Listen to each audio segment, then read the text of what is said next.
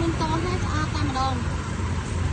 ភ្លើងសញ្ញោឆ្វេងស្ដាំកុងទ័រគីឡូកុងទ័រសាំង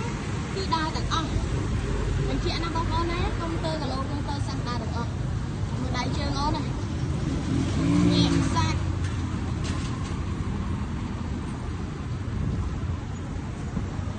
ស្អាតភ្លឹងតែម្ដងបងប្អូនមើលសម្រាប់អូនសិនតិចទៀតតែស្ដាប់ម៉ាស៊ីនយើងអត់មានកន្លែងណាឲ្យតោះហ្មងសម្រាប់អូនមួយ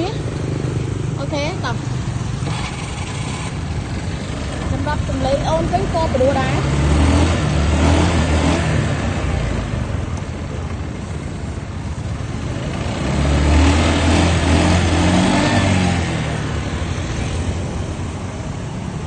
បងប្អូន